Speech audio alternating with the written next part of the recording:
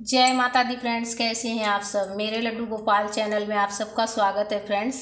आज मैं आप सबको दुर्गा सप्तशती का 7वां अध्याय सुनाने वाली हूं फ्रेंड्स, जिसे सुनने से माता रानी प्रसन्न होती है और सभी मनोकामना पूरी करती है फ्रेंड्स। तो 7वां अध्याय में सुनाने वाली हूँ फ्रेंड्स। 7वां अध्याय में चंड और मुंड का वध का विश्लेषण किया गया है फ्रेंड्स। तो हाथ में पुष्प लेकर जो है ना हम पढ़ेंगे।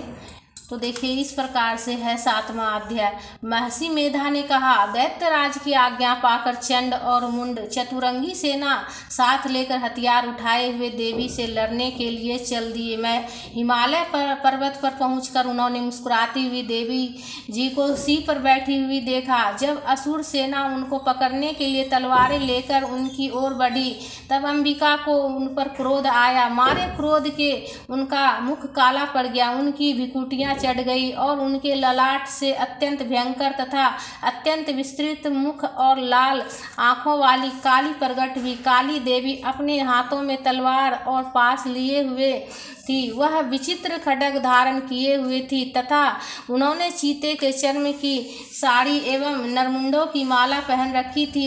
उसका मांस सूखा हुआ था और शरीर केवल हड्डियों का ढांचा था। भयंकर शब्द से वह दिशाओं को कंपायमान कर रही थी। महाविकराल काली असुर सेना पर टूट पड़ी और दैत्यों को भक्षण करने लगी। वह पार्श्व रक्ष को अपुंसधारी महावतों हाथियों पर सवार योद्धाओं और हाथियों को एक ही हाथ से पकड़ पकड़ कर अपने मुख में डाल रही थी। इसी प्रकार वह घोड़ों, रथों, सारथियों व रथों में बैठे हुए सैनिकों को मुंह में डालकर भयानक रूप से चबा रही थी। वह किसी के केस पकड़कर, किसी के गर्दन पकड़कर, किसी के किसी को पैरों से दबाकर और किसी दैत्य को छाती से मसल कर मार रही थी। वह दैत्यों के छोड़े हुए बड़े बड़े अस्त्र शस्त्रों को मुंह में पकड़कर और क्रोध में भरकर उनको दांतों से पीस रही थी। उन्होंने कई बड़े बड़े असुर भक्षण कर डाले, कितनों को रौंद डाला और कितने ही डर के मारे भाग गए। कितनों को उसके तलवार से मार डाला और कितनों को अपने दांतों से समाप्त कर दिया। इस प्रकार देवी ने क्षण भर में संपूर्ण दैत्य सेना को नष्ट कर दिया।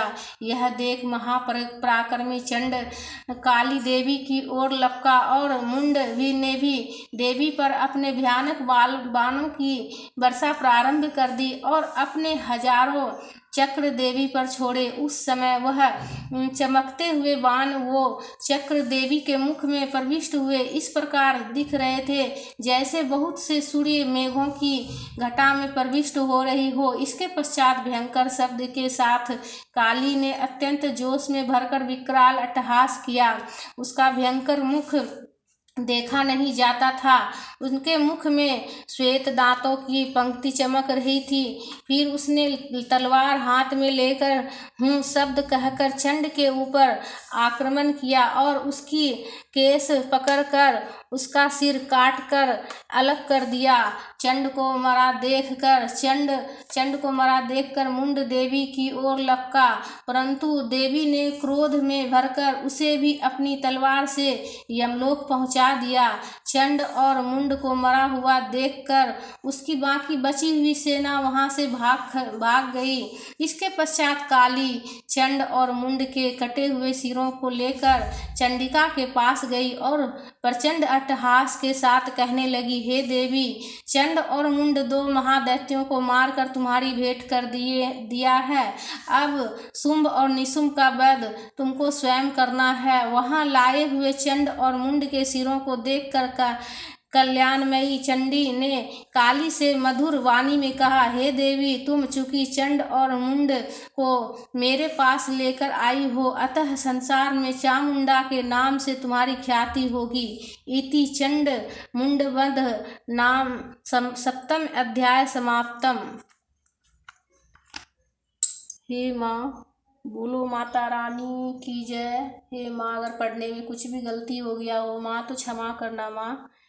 सब पर कृपा बनाए रखना माँ, सब पर कृपा बनाए रखना माँ। तो फ्रेंड्स वीडियो में लाइक ज़रूर कीजिएगा और हमारे चैनल पर अगर नए हैं तो सब्सक्राइब ज़रूर कर लीजिएगा और कमेंट में जय माता दी का जयकारा लगाइएगा। जय माता दी, प्रेम से बोलिए।